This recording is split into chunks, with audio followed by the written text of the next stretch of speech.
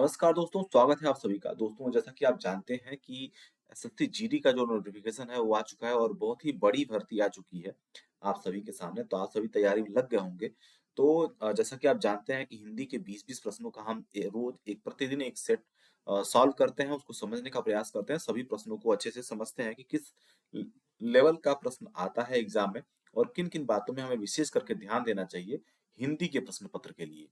तो उसी सीरीज में ये दूसरा प्रश्न पत्र है। आज हम इसके 20 प्रश्नों को सॉल्व करेंगे और देखेंगे कि इसमें कैसे प्रश्न पूछे जा रहे हैं, किस तरीके से क्या आ रहा है।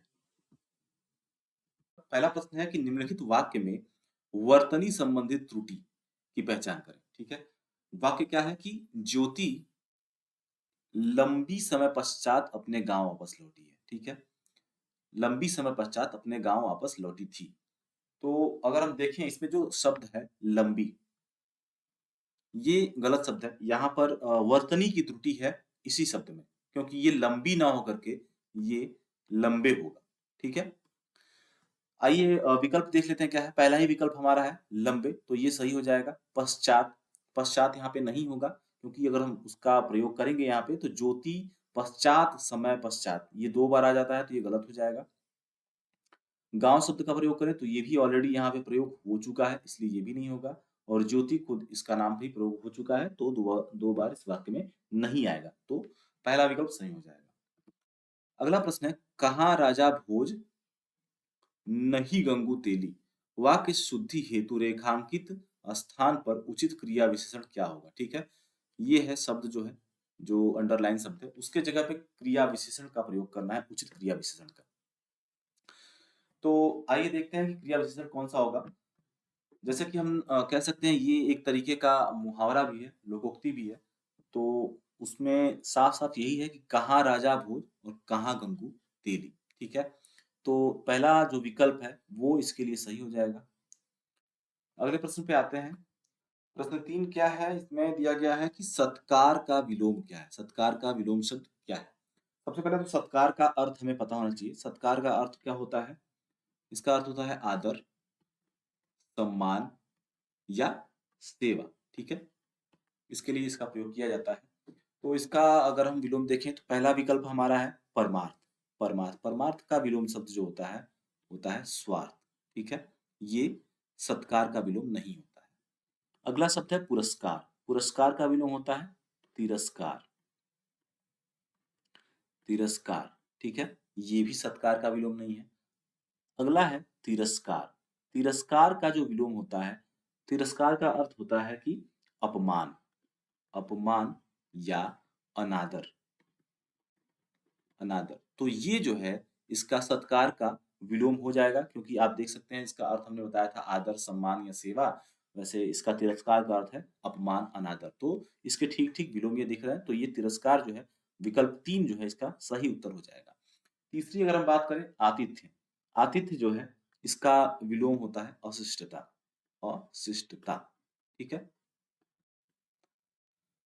तो इसका तीसरा विकल्प सही हो जाएगा। अगला चलते हैं।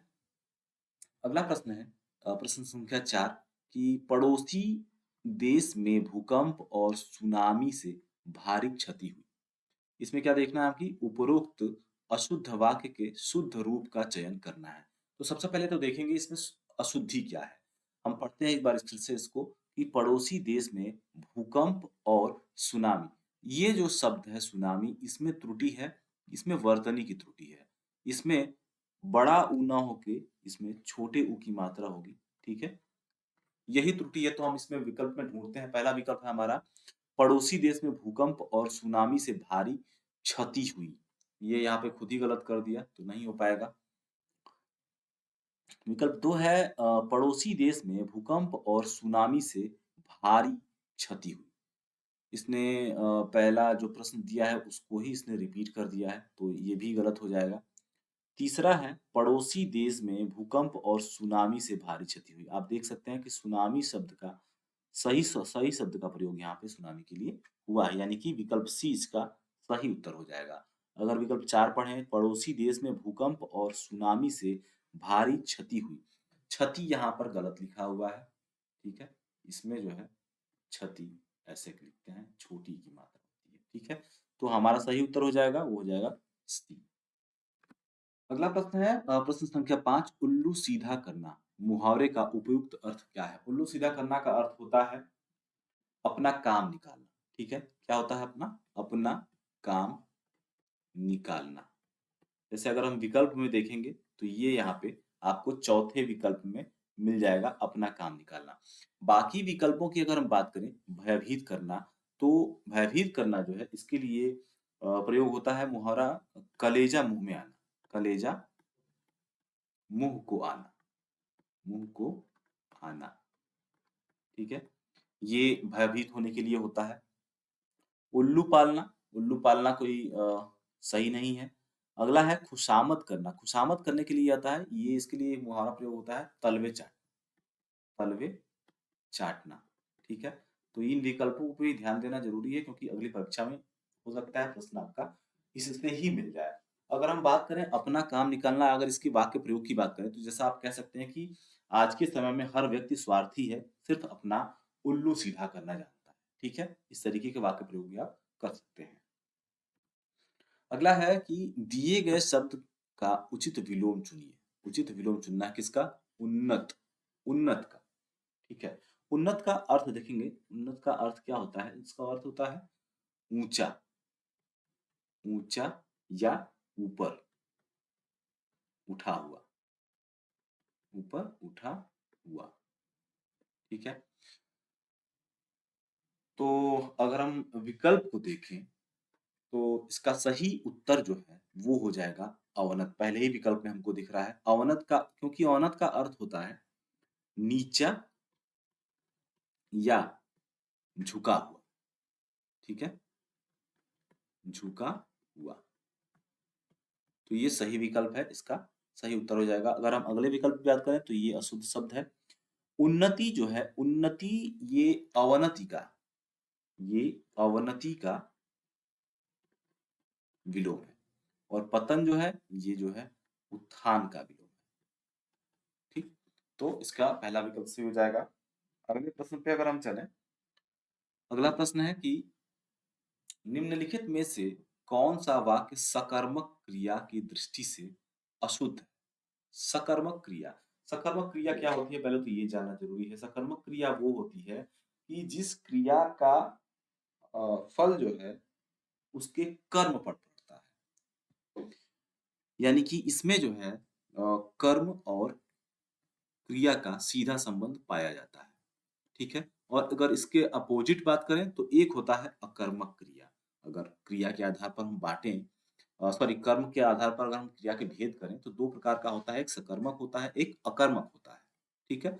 तो अकर्मक में जो है इसका, इसमें क्रिया का संबंध जो है वो संज्ञा यानी कि कर्ता से होता है, न कि कर्म से।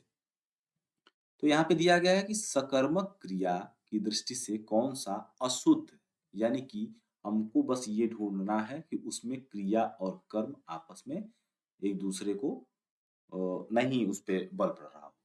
तो पहला विकल्प जो है मोहन रोटी खाता है, खाना यहाँ क्रिया है, ठीक है? और क्या खाता है? रोटी खाता है, तो ये कर्म है, यानी कि यह सही है। दूसरा है लिखना, लिखती है, ये क्या है? क्रिया है। और पत्र जो है यहाँ पर कर्म है, ठीक है? ये भी सही है, शुद्ध है वाक्य। उपासना दूध पीती है, पीना जो है क्या है? ये क्रिया है। क्या पीती है? तो दूध पीती है, तो दूध यहाँ पे क्या है? वो कर्म है। अगला है रोना, रोना यहाँ पे क्रिया है, रोना क्रिया है। लेकिन इसके साथ जो ये शब्द देख रहे हैं आप, ये बहुत, ये एक प्रकार का विशेषण, ठीक है? ये जो है ये विशेषण शब्द है, ना कि कर्म। ये कर्म नहीं है, इसलिए इसका प्रभाव सीधा जो है राम पर पड़ता है। कौन रो रहा है? तो राम, यानी कि ये कर्ता है, इसलिए यहाँ ये जो है ये वाक्य जो है अकर्मक हो जाएगा, ठीक है? ये अकर्मक क्रिया का भेद हो जाएगा, इसलिए सही विकल्प क्या हो जाएगा? हो जाएगा डी। इसमें सकर्मक क्रिया का प्रयोग नहीं हुआ है। अगला है बिना सोचे समझे किसी भी बात पर विश्वास कर लेना के लिए उपयुक्त मुहावरा। बिना सोचे समझे किसी भी बात पर विश्वास कर लेना के लिए मुहावरा क्या होता है? पहला दिया गया है अपना राग अलापना। अपना राग अलापना क्या होता है? इसका होता है कि अपनी बात कहना और दूसरे की न सुनना। ठीक है? इसमें होता है अपनी बात कहना, बात कहना और दूसरे की न सुनना। इसका अर्थ होता है राग अलापना का। अगला है अत्यधिक विश्वास पात्र न होना। ये कोई मुहावरा नहीं है। अगला है कान का कच्चा होना। यही जो है इसका सही विकल्प है। इसका अर्थ होता है कि बिना सोचे समझे किसी भी बात पर जो है विश्वास कर लेना। विश्वास करना को ही कान का कच्चा होना कहते हैं। अगला देखें तो ये विकल्प सी जो है इसका सही उत्तर हो जाएगा। अत्यधिक गुणी होना। अब इसका अगर इसके लिए मुहावरा देखें तो वो होता है अंधों में काना राजा। ठीक है? अंधों में काना राजा। ये होता है अत्यधिक गुणी होने के लिए। तो इसका सही विकल्प क्या हो जाएगा? वो हो जाएगा सी। अगला प्रश्न क्या है कि रसोइये ने आज उपयुक्त विशेषण शब्द से वाक्य पूर्ण करिए। यहाँ जो खाली स्थान दिख रहा है, यहाँ पर कोई एक विशेषण शब्द का प्रयोग करना है हमें। तो सबसे पहले देखेंगे विकल्प ए, आटा नहीं गूंथा। आटा जो है ये संस्कृत भाषा से आया हुआ शब्द है। ये एक प्रकार का तत्सम शब्द है। ठीक है? और इसका तद्भव क्या हो जाएगा? वो हो जाएगा पिसान। ठीक है? ये तद्भव शब्द है। अगला है रसोई नहीं बनाई। रसोइये ने आज रसोई नहीं बनाई।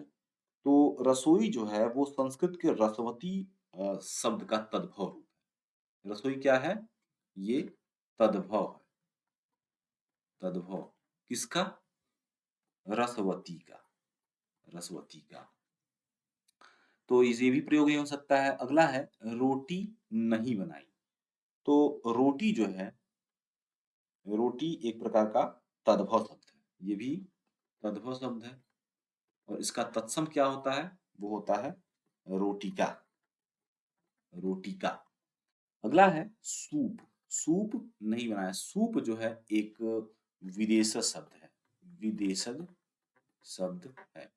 और ये कहाँ का शब्द है? किस प्रकार का? ये एक प्रकार का फारसी शब्द है। ठीक है? तो सही उत्तर जो है वो हो जाएगा ऑप्शन डी। अगला प्रश्न है निम्नलिखित वाक्यांश के लिए एक सार्थक शब्द चुनिए। ठीक है? क्या है वाक्यांश? जिसका कोई अंग भंग हो उसको क्या कहते हैं? जिसका कोई अंग भंग हो उसको क्या कहते हैं? तो अगर हम विकल्प देखें तो पहला विकल्प है चौपाया। चौपाया को क्या कहा जाता है? जिसके जिसके चार पाए हो। पाए मतलब पैर। ठीक है? या पैर हो उसको चौपाया कहा जाता है। भुजाहीन यानी कि जिसकी जिसकी भुजा ना हो। भुजा ना हो उसको क्या कहेंगे? हम भुजाहीन कह देंगे। पडंग। पडंग क्या होता है? पडंग होता है उड़ने वाला। उड़ने वाला। उड़ने वाला या पतंग। अगला है अपाहिज। अपाहिज क्या होता है? कि जिसका कोई अंग भंग हुआ। जिसका जिसका कोई अंग अंग भंग हो। अंग भंग हो उसको क्या कहेंगे हम? अपाहिज। यानी कि इसका सही उत्तर क्या हो जाएगा? विकल्प डी। अगला है प्रश्न संख्या 11। रेखांकित शब्द के लिए विलोम से वाक्य पूर्ण करें। सृष्टि का आरंभ ईश्वर से होता है। सृष्टि यानी कि इसका जो है देखिए यहाँ पे छूट गया है तो रेखांकित शब्द है सृष्टि। तो हमको देखना है कि रेखांकित शब्द के विलोम शब्द से वाक्य पूर्ण करें। यानी कि इसका विलोम क्या होता है? सृष्टि का विलोम होता है, वो होता है प्रलय। ठीक है, तो हम देखेंगे प्रलय कहाँ पे आया हुआ है। प्रलय भी होता है, हाँ प्रलय ही होता है। तो अगर देखें तो इसमें आप ऑप्शन सी में आपको दिख जाएगा प्रलय। इसको अगर रखेंगे यहाँ पे तो दिखेगा सृष्टि का आरंभ जो है ईश्वर से है। तो प्रलय भी यहाँ पे, प्रलय भी उसी की इच्छा से होगी। ठीक है, तो इसका सही उत्तर क्या हो जाएगा? Option C. अगले प्रश्न की बात करें, प्रश्न संख्या 12। बढ़ा चढ़ा कर कही गई बात, इसके लिए एक सार्थक शब्द जो है वो बताना है, क्या कहते हैं? तो बढ़ा चढ़ा कर कही गई बात को हम कहते हैं अतिशयोक्ति। अतिशयोक्ति, जो आपको विकल्प ए में यहाँ पर दिख रहा है, अतिशयोक्ति। ठीक है, अनाशयोक्ति जो है ये सार्थक शब्द नहीं है। अन्योक्ति, अन्योक्ति जो है यह एक अलंकार का प्रकार है। अलंकार का एक प्रकार है। जब आप अलंकार पढ़ेंगे तो उसमें आपको ये देखने को मिलेगा। ठीक है, इसका अर्थ होता है अन्य उक्ति। अन्य उक्ति यानी कि कोई अन्य बात।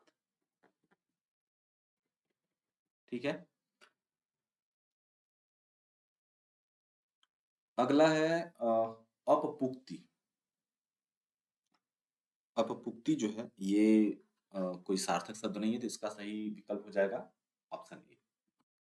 अगला प्रश्न क्या है? वो है कौन सा तत्सम शब्द वाक्य के लिए उपयुक्त होगा? हमको तत्सम शब्द चुनना है।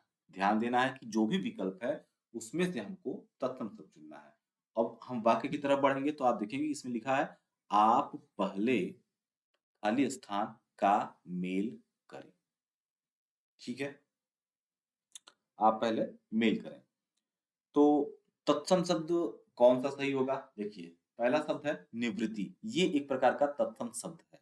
निवृत्ति का अर्थ होता है किसी भी काम से निपट जाना, यानी कि किसी काम को पूर्ण कर लेना, उसको हम निवृत्ति कहते हैं। और इसका तद्भव जो होता है वो होता है निबट। निबट, ठीक है, ये कभी पूछा जा सकता है, इसलिए इसका ध्यान रखें। तो निवृत्ति को अगर हम रखते हैं यहाँ पे, आप पहले निवृत्ति का मेल करें, यहाँ ये शब्द जो है सार्थक नहीं हो रहा है इस वाक्य के लिए। अगला है कुंडली। कुंडली शब्द का अगर हम प्रयोग करके इस वाक्य को पूर्ण करते हैं तो इसमें आप देखेंगे कि आप पहले कुंडली का मेल करें। तो ये सही शब्द है और ये सार्थक भी हो रहा है इस वाक्य के लिए। ठीक है, कुंडली जो है एक तत्सम शब्द भी है और इसके लिए सही है। अगला जो है वो है मंडली। मंडली, आप पहले मंडली का मेल करें, ये भी सही नहीं होगा। कौमुदी, आप पहले कौमुदी का मेल करें, कौमुदी भी सही नहीं होगा। कौमुदी का अर्थ होता है चांदनी।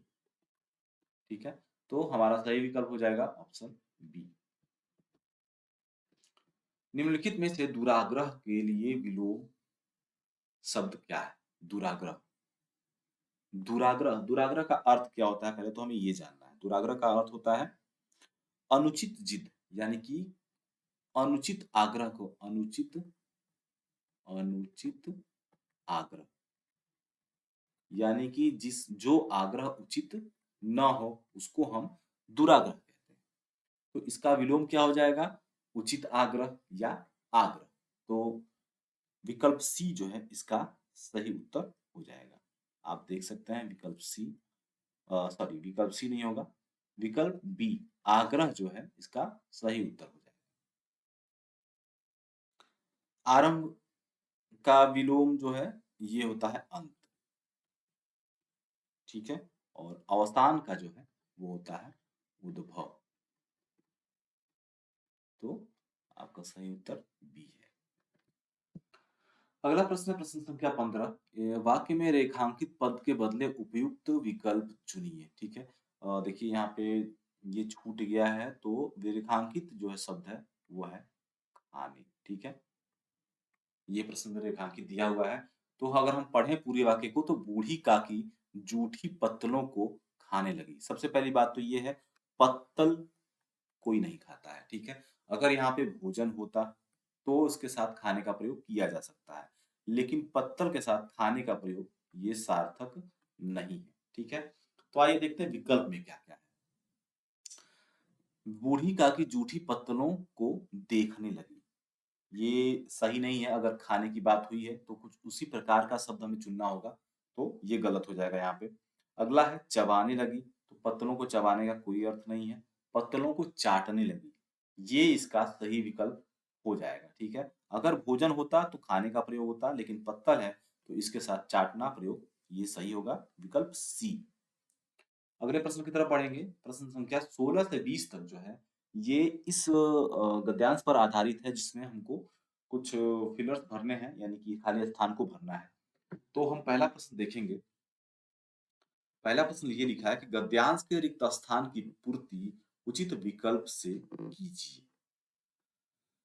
उचित विकल्प से करना है। तो पहला क्या है? ये है, तो वाक्य अगर हम पढ़ें कि राष्ट्रीय, पहले तो हम इसको पूरा पढ़ना चाहिए, तभी इसका भाव हमें समझ में आएगा कि राष्ट्रीय एवं अंतर्राष्ट्रीय स्तर पर खाली स्थान महिलाओं के समक्ष भारत में, बल्कि यह कहें कि संपूर्ण विश्व में एक समस्या, सर्वाधिक खाली स्थान है, और वह यह कि इन महिलाओं को यौन उत्पीड़न का भी शिकार होना पड़ता है। पूर्व में केवल फिल्म जगत से जुड़े महिला कलाकारों के संबंध में ऐसी बातें उठती थी, जबकि वर्तमान में खाली स्थान के हर क्षेत्र में यह समस्या उत्पन्न होने लगी है। खाली स्थान लोगों द्वारा उन्हें सताया जाता ही था, अब तथाकथित शिक्षितों द्वारा भी उन्हें सताया जा रहा है।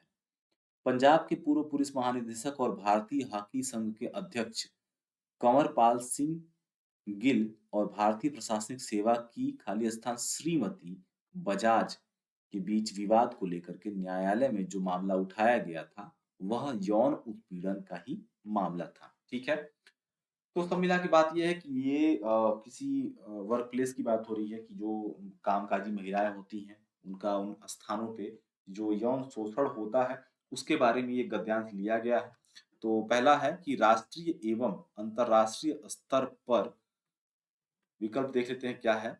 घरेलू, वृद्ध, अकेली, कामकाजी। तो यहाँ पे जो है ऑप्शन डी जो है ये सही हो जाएगा। कामकाजी जो है महिलाओं के समक्ष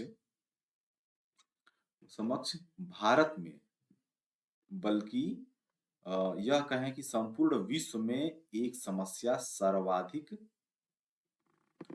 अगला विकल्प देखते हैं क्या है गद्यांश 17 का। सहज, विशेष, सामान्य और जटिल। सहज का शब्द का प्रयोग यहाँ पे नहीं किया जा सकता है, क्योंकि सहज जो शब्द है वो सिंपल यानी कि सामान्य के लिए या अच्छे के लिए किया जाता है, इसलिए इसका प्रयोग नहीं हो पाएगा। विशेष, विशेष का भी प्रयोग नहीं करेंगे, क्योंकि किसी खास या अलग किसी वजह होती तो उसके लिए विशेष शब्द का प्रयोग होता। सामान्य का भी प्रयोग नहीं कर सकते, क्योंकि ये मामूली और साधारण बात नहीं है। जटिल, यानी कि ये एक प्रकार की जटिल समस्या है। यहाँ के उत्तर डी हो जाएगा इसका सही विकल्प। अगर हम देखें यहाँ पे, विश्व में एक समस्या सर्वाधिक जटिल है, और वह यह कि इन महिलाओं को यौन उत्पीड़न का भी शिकार होना पड़ता है। पूर्व में केवल फिल्म जगत से जुड़े महिला कलाकारों के संबंध में ऐसी बातें उठती थी, जबकि वर्तमान में खाली स्थान, वर्तमान में क्या होता है उसके बाद का अगर हम हिस्सा पढ़ें, के हर क्षेत्र में, किसके हर क्षेत्र में यह समस्या उत्पन्न होने लगी है। विकल्प में देखते हैं क्या क्या है। विकल्प में है विश्व, विश्व के हर क्षेत्र में, विश्व के हर क्षेत्र में नहीं कह सकते। अगर भाग की बात होती, भाग लिखा होता क्षेत्र की जगह पे, तो हम विश्व का प्रयोग कर सकते थे, लेकिन ये नहीं होगा। संस्कृति, संस्कृति के क्षेत्र में ये भी नहीं कह सकते हैं, संस्कृति के साथ क्षेत्र का प्रयोग सही नहीं है। समाज के हर क्षेत्र में, सही, ये सही इसका प्रयोग सही है कि समाज के हर क्षेत्र में, हर पहलू में जो है कि अ, हर क्षेत्र में यह समस्या उत्पन्न होने लगी है, ठीक है। उसके बाद बात करें आगे, एक 19वां जो है, में दिया गया है कि लोगों द्वारा उन्हें सताया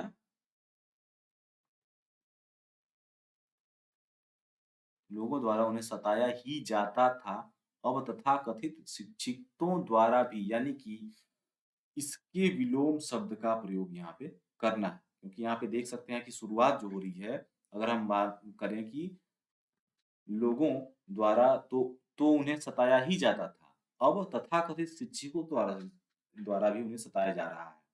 तो अगर हम उसके प्रश्न की बात करें 19वें की, तो इसमें देख सकते हैं लिखा हुआ है कि बलि, बलि यानी कि बलशाली व्यक्ति। तो पहले ऐसा नहीं था कि सिर्फ बलशाली, कोई भी जिसके भी जो भी अशिक्षित व्यक्ति थे, वो लोग महिलाओं को सताते थे। अब जो है शिक्षित भी सता रहे हैं, तो इसका सही विकल्प हो जाएगा विकल्प बी। ठीक है, अगला लास्ट देख लेते हैं क्या है कि उसमें शिक्षितों द्वारा भी उन्हें सताया जा रहा है। पंजाब के पूर्व पुलिस महानिदेशक और भारतीय हॉकी संघ के अध्यक्ष कुंवर पाल सिंह गिल और भारतीय प्रशासनिक सेवा की श्रीमती बजाज के बीच विवाद को लेकर न्यायालय में जो मामला उठाया गया, वह यौन उत्पीड़न का ही मामला है। तो देख लेते हैं 20वां में विकल्प क्या क्या दिया है। पदाधिकारी, नौकर, कर्मचारी या सहयोगी। इसके लिए जो है पहला विकल्प जो है वो सही है, पदाधिकारी। ठीक है, तो आपके ये 20 प्रश्न पूरे हो गए हैं। अगर फिर भी आपको लगता है कि कहीं समझ नहीं आ रही है, कोई अगर बात हो तो आप कमेंट के माध्यम से हमें पूछ सकते हैं। और अंतिम एक बार और बता देते हैं कि इसका जो ये एनोटेड पीडीएफ है, ये जो है आपको टेलीग्राम चैनल में मिल जाएगा। उसका लिंक जो है डिस्क्रिप्शन में दे दिया गया है, वहां से आप जाकर के इसको डाउनलोड कर सकते हैं। ठीक है, तब तक के लिए धन्यवाद।